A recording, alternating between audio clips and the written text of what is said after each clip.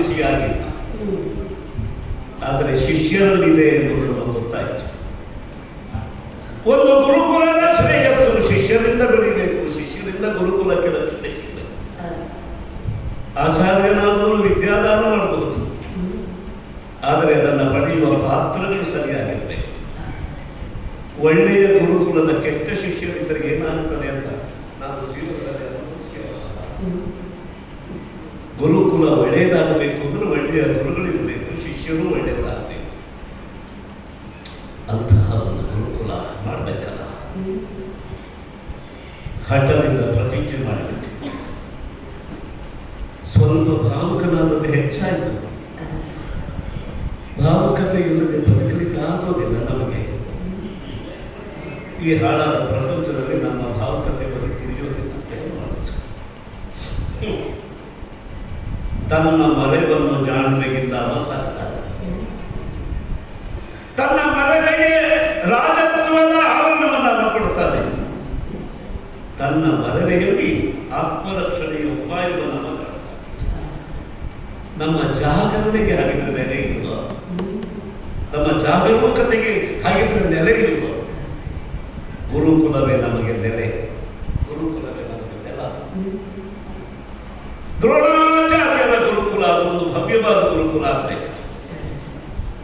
ನೆಲ ಬೇಕಲ್ಲ, ನೆಲೆ ಬೇಕು ಅಂತ ಹುಡುಕ್ತಾ ಬಂದರೆ ಹಸ್ತಿನಾವತಿಯ ರಾಜಕುಮಾರರ ಶಿಷ್ಯರಾಗಿ ಸಿಗುವ ಭಾಗ್ಯ. ಬಾವಿಗೆ ಬಿದ್ದ ಉಂಗುರವನ್ನು ಎಬ್ಬಿಸಿತು. ಯಾರು ಇಳಿಬೇಕಾಗಿಲ್ಲ, ಉಂಗುರ ಎಲ್ಲಿ ಇದೆ ಅಂತ ಕಾಣಬೇಕಾಗಿಲ್ಲ. ಬಾವಿಯಲ್ಲಿ ಉಂಗುರ ನಿಂತಿದೆ, ವರ್ತಮಾನ ಸಿಕ್ಕಿದೆ.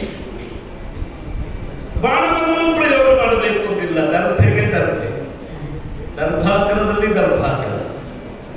ಇಳಿಯ ಬಿಟ್ಟರೆ ಹಕ್ಕಕ್ಕಿಂತಲೂ ಪ್ರೌಢವಾಗಿ ಬಿದ್ದಿರುವ ಸೂಕ್ಷ್ಮವಾದ ಉಂಗುರವನ್ನು ಹುಡುಕಿಗೆ ತರ್ತಾರೆ. ಮಂತ್ರ ಹೇಳಿದರೆ ಮಾವಿನಕಾಯಿ ಅಂತಂತೀರೋ ಪಾಮರರು ಕೇಳಿದ್ದಾರೆ. ಮಂತ್ರ ಹೇಳಿ ಮಳೆ ಸುರಿಸ್ಬೋದು, ಮಂತ್ರ ಹೇಳಿ ಬೆಂಕಿ ಹಾರಿಸ್ಬೋದು, ಮಂತ್ರ ಹೇಳಿ ಪರ್ವತವನ್ನೇ ತಂದಿಡಬಹುದು. ಪರ್ವತ ಅಂದ್ರೆ ಯಾರು? ಪರ್ವತದ ಭಕ್ತವೇ. ಮಂತ್ರ ಹೇಳಿದ್ರೆ ಏನು ಗೊತ್ತುವುದಿಲ್ಲ, ಆದರೆ ಮಂತ್ರ ಹೇಳುವವರಿಗೆ ಸಾಮರ್ಥ್ಯ ಇರಬೇಕು. ಮಕ್ಕಳೆಲ್ಲ ಮುಗ್ಧರಾಗಿ ಕಾಲು ಹಿಡಿದ್ರಲ್ಲ. ಗುರುಕುಲ ಪ್ರಾರಂಭ ಹೇಳ್ತಾರೆ ಗುರುಗಳೇ, ವಿದ್ಯೆ ಹೇಳಿಕೊಡಿ ಅಂತ. ವಿದ್ಯೆಯ ಮಹಿಮೆ ಚಮತ್ಕಾರಕ್ಕೆ ಮಾತ್ರ ಬಳಸಿತ್ತು. ಪ್ರತಿನಿತ್ಯ ಪಾಠದಲ್ಲಿ ಚಮತ್ಕಾರ ಇಲ್ಲ.